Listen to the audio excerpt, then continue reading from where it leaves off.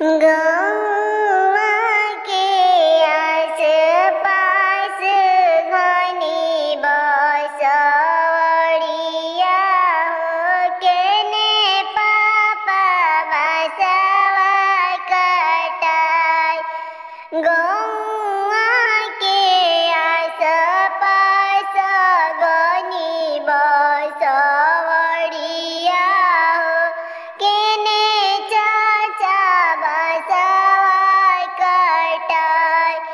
बसवा कटाई पापा मड़वा छवाइले। दुआरा पर जाजिम बिछाई।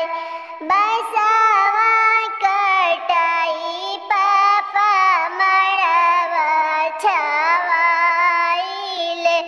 दुआरा पर जाजिम बिछाई।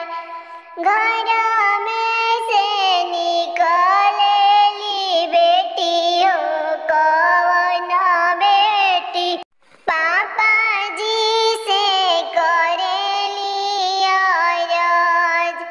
घर में से निकलेली बेटी हो कवन बेटी।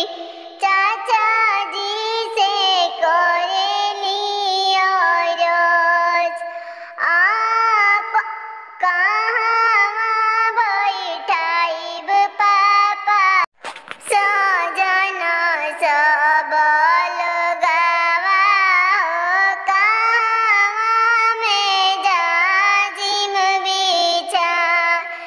दुआरा बैठाइब बेटी सजन सब लगावा हो।